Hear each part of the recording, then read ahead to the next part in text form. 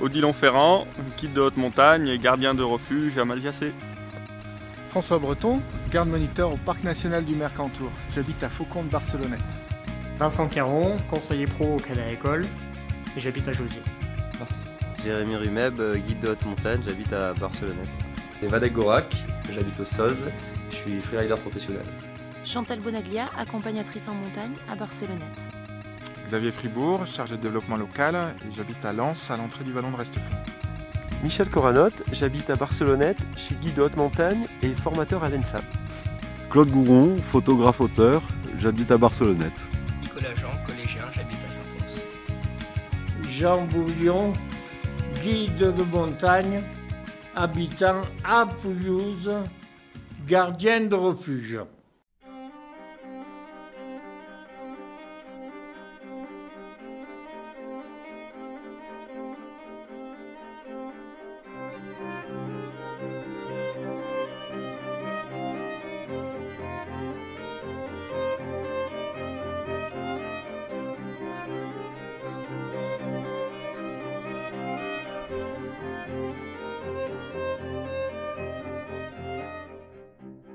La vallée, à l'origine, quand j'étais embauché à mon poste, je l'ai choisi parce qu'on m'a demandé de faire un choix de ville.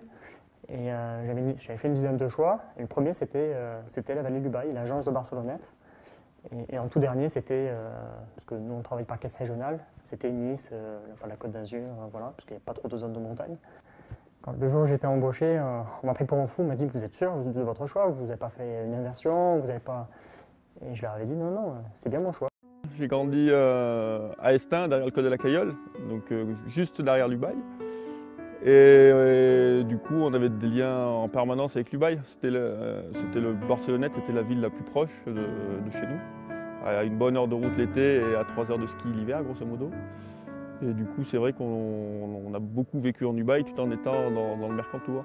C'était une belle journée de février de l'année 2000, donc avec le nouveau siècle qui commençait, on va dire. Mais vraiment, je ne connaissais absolument pas Barcelonnette ni la vallée de l'Ubaye. Et je suis arrivé, peut-être comme pas mal de nouveaux habitants aussi, parce que je cherchais du travail et parce qu'il y avait une opportunité éventuelle. Et j'étais venu passer un entretien d'embauche à Barcelonnette. Et je garderai, mais vraiment, je pense toute ma vie, le souvenir de l'impression laissée par l'ouverture de la vallée. Quand on vient d'un peu loin, j'arrivais de Grenoble, et qu'on redescend du col Saint-Jean et ce fameux virage où on découvre tout à coup le groupe des Séolanes, la Séolane des Besses, l'Ailette, enneigé, un ciel bleu extraordinaire. Franchement, je me suis arrêté au bord de la route, je me suis garé et c'était waouh. Je suis natif de là et depuis plusieurs générations. On m'a laissé là pour continuer le patrimoine du coin. Je suis née ici. Je suis du coup très attachée à ces montagnes. J'ai choisi d'ailleurs un métier qui me permette de rester ici. Ce qui m'attache déjà, c'est que je suis là depuis que je suis petit, donc c'est vrai que regarder une montagne, la voir depuis que tu es tout petit, avoir plein d'histoires avec, se dire quand on la regarde maintenant, j'ai skié là, on se projette, quand on la regarde, on se projette, on se revoit encore dedans, on vit des moments de fou dans certaines de ces montagnes, comme les Fanais, des trucs comme ça. J'ai passé des heures là-bas et dès que je la regarde, ça me fait quelque chose. Dès le début, je suis allé chasser avec mon père dans la montagne et puis ensuite pêcher et puis jusqu'à de l'alpinisme récemment. Du coup, je vais souvent en montagne et c'est quelque chose qui me tient vraiment à cœur. Moi, je suis arrivé jeune au lycée de Barcelone. Avec cette envie, j'étais hyper motivé pour découvrir la montagne. J'avais aucune connaissance. J'avais un peu de pratique de l'escalade et du ski. Voilà, et là, je suis arrivé dans cette vallée où j'ai rencontré des très bons copains comme Odilon Ferrand et avec qui on a arpenté la montagne pendant de nombreuses années où on s'est investi, voilà, et c'est là où j'ai vraiment tout appris, quoi. J'ai appris à faire du ski, j'ai appris à grimper et j'ai appris à faire de la montagne, enfin de l'alpinisme ici, quoi. Je suis rentré au stage de guide à Chamonix en 1947. 27 ans le métier de guide. Dites, c'était une époque où l'alpinisme n'était pas comme maintenant. Il y avait peu de vacanciers et ceux qui avaient de vacanciers, c'était des montagnards. Ça a commencé donc depuis tout petit justement à Saint-Paul-sur-Ubaye, où j'allais voir mes oncles, etc. J'étais souvent en montagne là-haut avec eux. Puis après l'hiver, bon, bien sûr, ça a été le ski, quoi. Ça a été le ski, puis ça s'est fait de manière naturelle, quoi. Le ski d'abord à l'école, puis en club, et puis des petites courses, et puis finalement, on se prenait au jeu. Puis pour moi, c'est allé pas trop mal. Et puis voilà, on se retrouve, ça marche pas mal en club. Alors on passe au niveau du comité régional, puis au niveau après de l'équipe de France. Et voilà, et puis là après, j'ai fait mon bout de chemin. Et après, je suis parti carrément 11 ans sur le circuit pro aux États-Unis.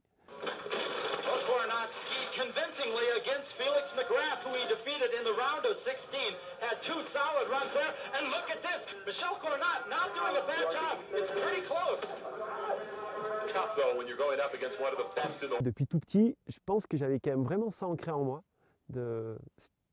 cette passion, puis surtout ce métier de guide, quoi, qui restait pour moi quelque chose d'assez étonnant, quoi. Et voilà, et puis quand j'ai petit à petit, voilà, mes objectifs se sont déplacés, puis quand j'ai eu le temps, j'ai pu le passer. C'est vrai que je l'ai passé sur le tard, mais voilà, du coup, je suis vieux, mais un jeune guide, quoi. Je suis un peu partie voir les montagnes d'ailleurs, pour travailler ou pour visiter, mais avec toujours cet esprit de j'aime bien partir, mais j'aime surtout bien revenir, parce que je suis attachée à mes montagnes. Je pense que de tomber amoureux de cette vallée, ça se mérite, il faut être vraiment très curieux. C'est viscéral, voilà. Quand je suis dans la vallée du Bail, je suis bien. Voilà. Quand j'en sors, pas que je ne sois pas bien, des fois ça fait du bien d'avoir un regard extérieur. Mais quand je reviens, je suis zen, je suis bien, et puis j'ai envie, pareil, de grimper, aller voir mon sommet. Voilà. Ce qui est très intéressant en Ubaye, c'est qu'il y a beaucoup de gens qui viennent de l'extérieur, qui ont tous eu un parcours un petit peu avec ce coup de foudre à un moment donné en disant on pose nos valises ici parce qu'on a beau avoir vécu dans d'autres endroits qui ont tous leurs qualités. Voilà, ici on y trouve une énergie très forte. Et alors ce mélange-là, je trouve que c'est vraiment en tout cas quelque chose de très intéressant pour cette vallée parce qu'il y a beaucoup de créativité. Il y a beaucoup d'énergie, de jeunes encore qui veulent rester, qui veulent y vivre absolument, comparé à d'autres vallées ou d'autres endroits un petit peu, on va dire, parce qu'on est quand même dans le monde rural, à la campagne, où parfois les jeunes n'ont qu'une envie, c'est de s'en aller. Et ici, en fait, ils ont beaucoup envie aussi d'y rester et d'y apporter leur pierre à l'édifice. Et je trouve que dans cette seule vallée, dans cette même vallée, on retrouve toutes les Alpes réunies. Alors, est-ce que c'est moi qui l'idéalise, je ne sais pas, mais c'est un peu le sentiment que j'ai. Voilà. Ça m'est apparu comme une montagne qui avait une dimension humaine. Pas trop difficile à grimper, pas trop austère pour quelqu'un qui venait de la plaine ou des collines. Donc une montagne à dimension humaine. Par la force des choses, on a un peu visité beaucoup d'autres massifs, plus ou moins toutes les Alpes. Et c'est vrai qu'à chaque fois qu'on revenait ici, on pouvait faire du ski des semaines entières sans croiser de traces et ça nous arrivait de nulle part ailleurs, ça. Quand tu vas en montagne, tu rencontres personne, que ce soit l'hiver en ski de rando où tu peux à chaque fois être quasiment sûr de faire ta trace, ou quand tu vas grimper sur les arêtes ou faire des grandes voies ici, tu es tout seul. Je trouve ce côté sauvage vraiment intéressant, quoi.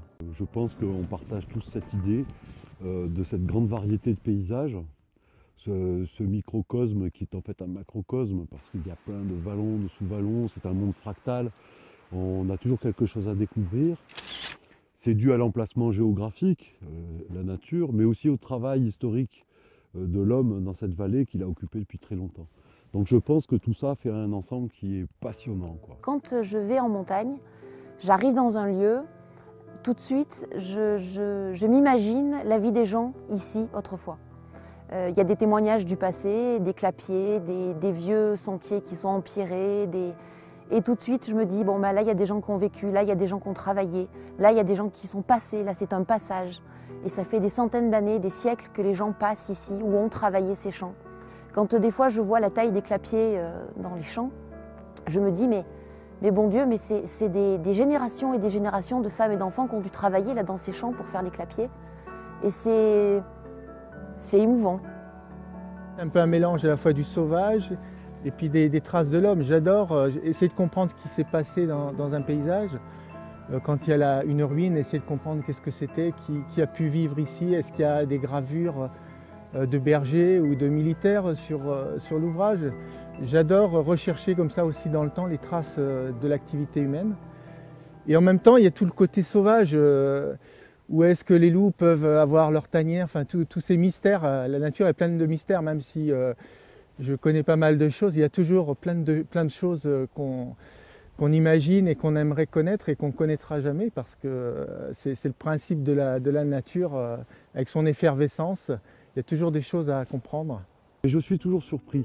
Je trouve toujours un fruit inattendu, un champignon inattendu, et je le mets dans mon panier et je vais faire une cuisine. Et ben, quand je fais des photos, c'est exactement pareil. Je sais que je vais être surpris, je sais que je vais ramener quelque chose d'inattendu. Je me suis mis à la rando et là j'ai découvert en fait qu'il y avait des milliards de choses dans notre vallée qu'on ne connaissait pas. Et des trucs à découvrir et en une vie, même pas forcément capable de tout faire. Du coup je me dis que c'était quand même un truc intéressant, et une suite logique de l'évolution que j'ai eue depuis que je suis petit, quoi. Ça a l'air d'une petite vallée comme ça qui fait 50 km de long. Puis bon, finalement, si tu sors une fois par semaine pendant 22 ans, tu vas finir par avoir fait le tour de toute la question. Mais non, pas du tout. Ce que j'ai découvert, c'était le contraire. C'est-à-dire qu'au plus j'avais connaissance de cette vallée, au plus je découvrais sa vasteté. Elle est infinie en fait. Les meilleurs moments pour moi dans la nature, dans la montagne, c'est quand je peux observer de la faune sans déranger. Quand vraiment je peux observer le comportement des animaux sans les perturber. Alors c'est un mélange d'intimité, de contemplation, et en même temps j'aime bien aussi le rapport physique avec la montagne, l'effort nécessaire pour grimper, pour approcher la nature. Donc ça c'est une alternance d'effort et de contemplation. J'aime aussi faire du sport, mais quand je fais du sport, j'essaie de lever la tête tant que je peux pour regarder ce qui se passe. Je n'hésite pas à m'arrêter pour observer les chamois, pour observer des nuages qui montent dans le ciel. Ça c'est vraiment important, c'est le mélange des deux et c'est vraiment très fort. J'adore aller sur les crêtes, chevaucher les crêtes ou faire des petits sommets, mais je ne suis pas un collectionneur de sommets et c'est pas là que j'ai plus de plénitude. Je dirais même que c'est même l'effet inverse. J'ai toujours eu une espèce de petite déception en arrivant sur un sommet que je n'ai jamais éprouvé en allant me poser sur un plan, tu vois, au plan de Parroir, au plan des Ouerts, entouré justement de ces sommets et de ces crêtes. Et c'est là que je me ressource le plus.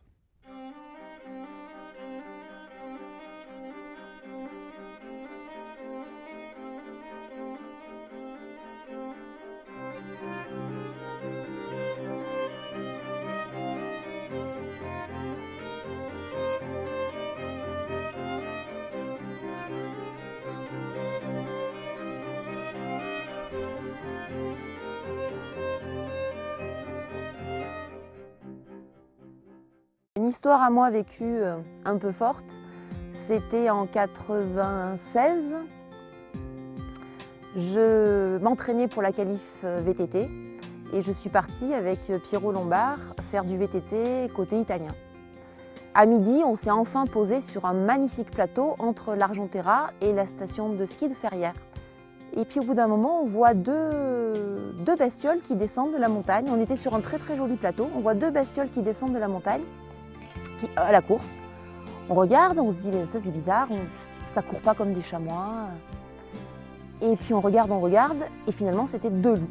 Donc ils nous sont passés juste devant, à 150 mètres. On les a bien vus descendre, passer devant, traverser, puis disparaître au bout du plateau. Et bon, ça a été un moment très fort en fait, parce que on en a eu la chair de poule. Bon, j'étais encore jeune, quoi. C'était mon oncle, là, Tienoncle. On avait marché toute la journée. À l'époque, des chamois, il n'y en avait plus beaucoup. Et on avait marché, c'était la fin de la journée. Et justement, on est tombé sur des chamois et c'était des chèvres, quoi. Et puis lui, il a dit non, non, non, là, c'est des chèvres, on ne tire pas. Et j'avais trouvé, voilà, ce sang-froid du montagnard, tu vois, qui malgré la fatigue, tout ça, on respecte les choses. Voilà, ça, c'est des choses qui m'ont marqué, quoi. Ouais. Bah, je me souviens de ma première rencontre avec le gypaète barbu. Pour moi, c'est un oiseau un peu mythique. Je me trouvais dans le vallon de Parassac, pas très loin d'ici. J'étais en train de casse-croûter, et puis tout d'un coup, une grande ombre qui se projette sur moi, un bruit de vent dans des plumes. Je lève la tête et qu'est-ce que je vois? Un gypaète 10 mètres au-dessus de moi.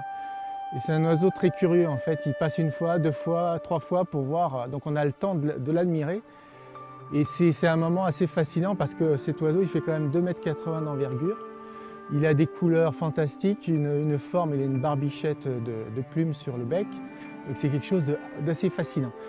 Et pour moi, ce moment-là, c'était un peu le début d'une grande aventure parce qu'au niveau professionnel, je travaille depuis des années sur cette espèce, sur sa protection, sur la sensibilisation.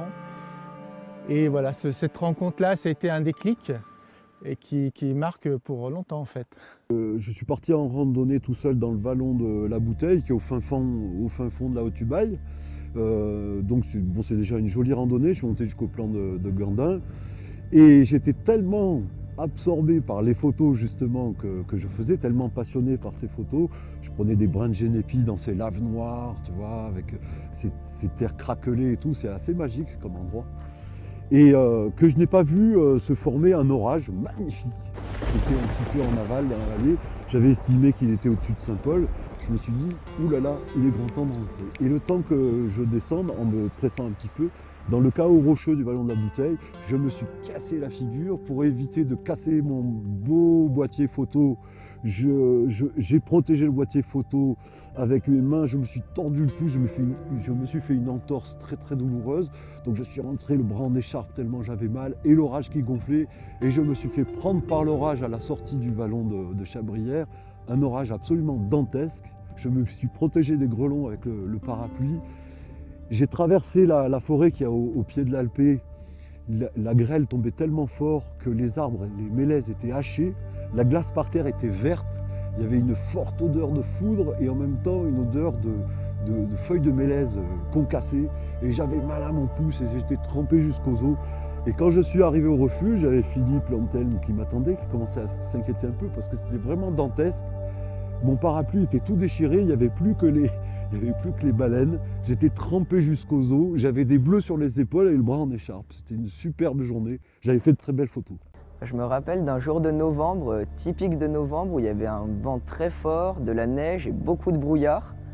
Et puis j'ai été amené à monter sur une crête. Et en fait, arrivé sur cette crête, il n'y avait plus aucun point de repère, plus un rocher, plus un arbre, juste de l'herbe. Et du coup, même si je connaissais par cœur cette montagne, j'ai été amené à aller totalement à l'opposé de l'endroit où je voulais aller. Et je me suis presque perdu. Du coup, ça m'a rappelé un proverbe de Victor Hugo que j'aime beaucoup, qui nous dit « C'est désolant de songer que la montagne parle et que le genre humain ne l'écoute pas ». Un fait qui m'a vraiment marqué dans cette vallée, c'est en escalade. Donc peu de temps après être arrivé dans la vallée, cette envie tout le temps d'aller en montagne, après avoir appris à grimper sur des spits, on s'est dit maintenant on est bon, on sait grimper, on va aller faire des voies en montagne où il n'y a pas de spits. Voilà, donc on est parti grimper sur la Pierre André, une voie en terrain d'aventure. Pas compliqué, hein, 5 sup max dans le topo, et là on a vécu l'enfer, on s'est mis au taquet complet, quoi. Voilà, c'est un de mes plus gros taquets dans mon histoire d'alpiniste, on va dire. Voilà, j'ai fait une longueur en traversée de 40 mètres où tous les points que j'ai mis se sont enlevés quand je suis arrivé au relais, quoi. Voilà, donc un fait bien marquant pour moi dans ma vie, dans cette vallée, quoi. La montagne, il faut y aller tranquille, prendre le temps de la découvrir, de se découvrir aussi en montagne, voilà, et prendre le temps de faire les choses une par une et pas vouloir griller trop d'étapes, je pense.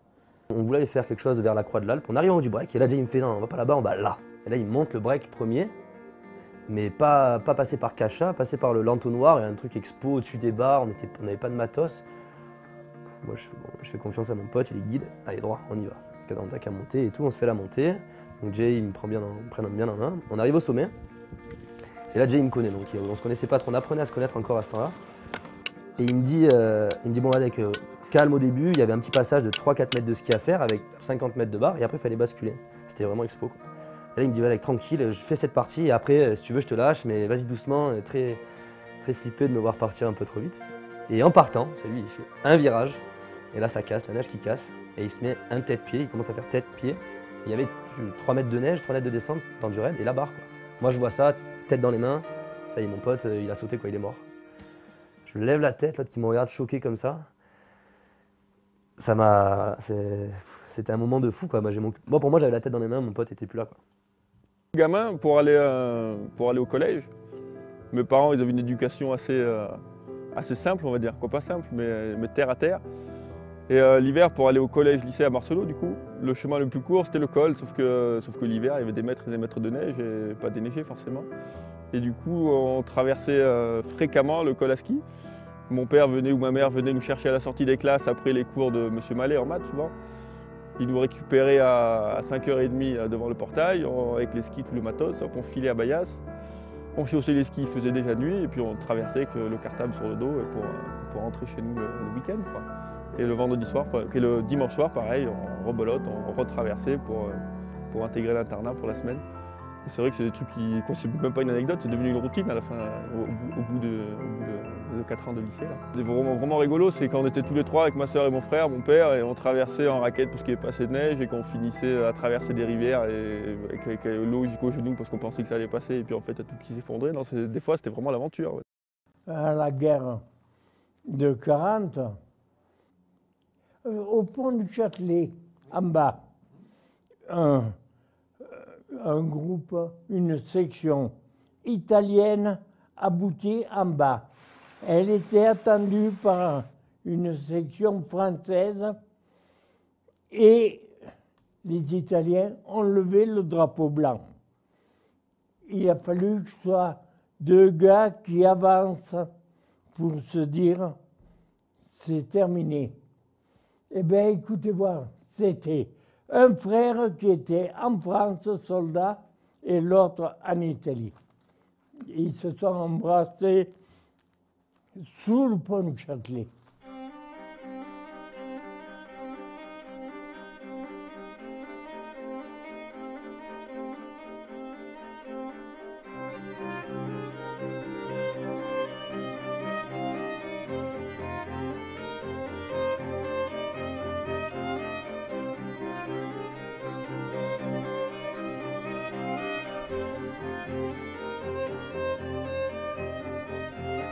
Moi, l'avenir de la vallée, je le vois toujours et ce que je dis souvent à mes clients, c'est que ce qui compte avant tout, c'est la qualité de service, de prestations.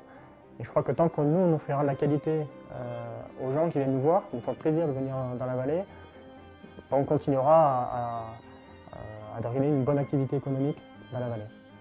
L'avenir des montagnes de la vallée, je le vois dans le développement du tourisme, faire partager cette même passion avec d'autres gens, et également dans le développement d'une nouvelle salle d'escalade et pourquoi pas accueillir des compétitions nationales pour rencontrer des gens, des grimpeurs qui sont aussi motivés et pour nous aussi, pour qu'on puisse s'entraîner.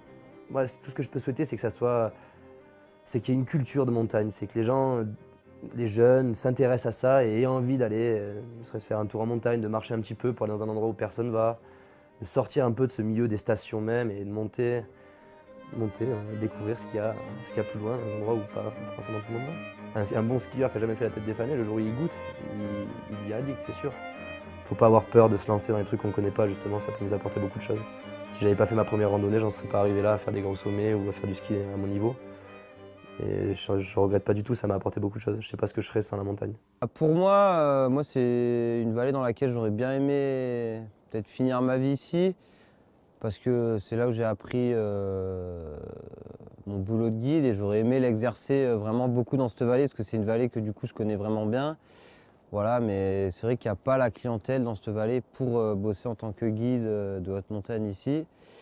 Et du coup, c'est vrai que moi, je vais être amené à quitter la vallée, je pense, pour aller un peu vers d'autres montagnes où il y a plus de clientèle pour aller en montagne, justement.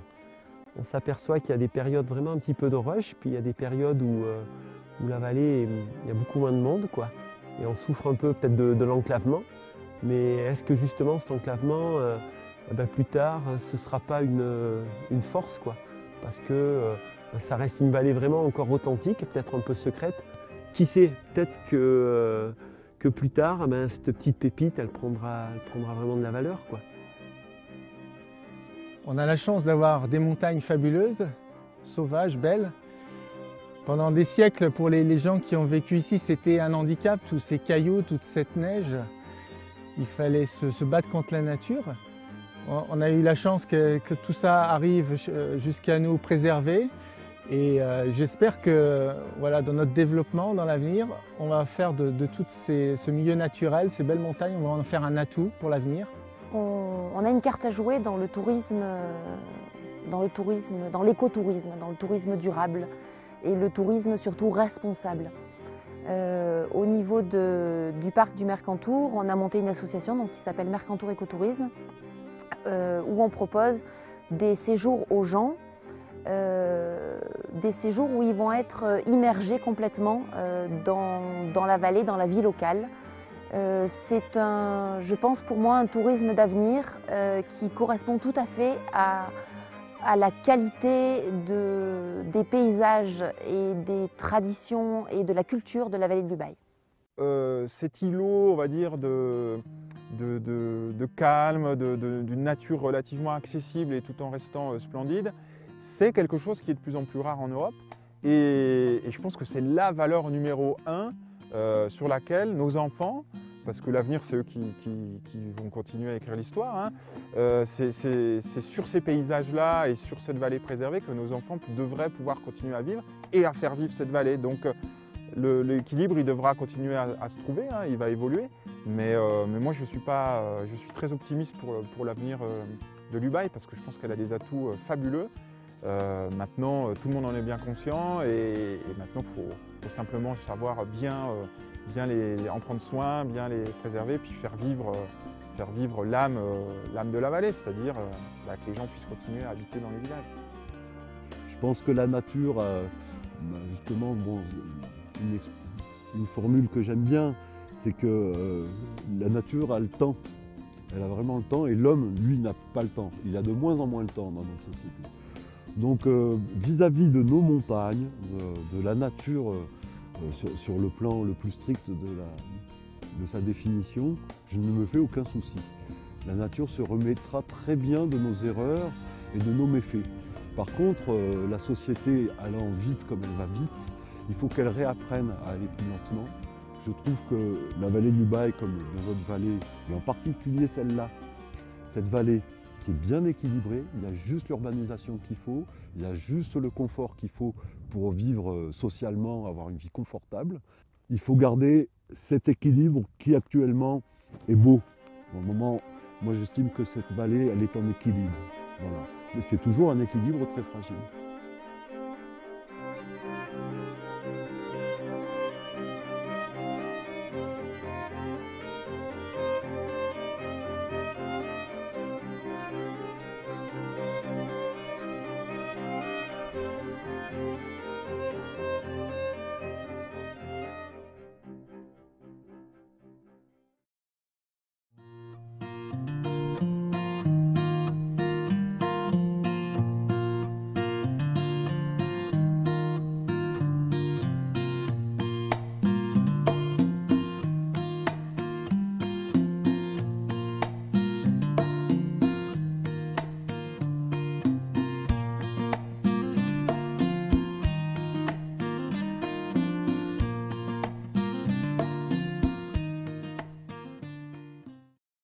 ITV1, deuxième.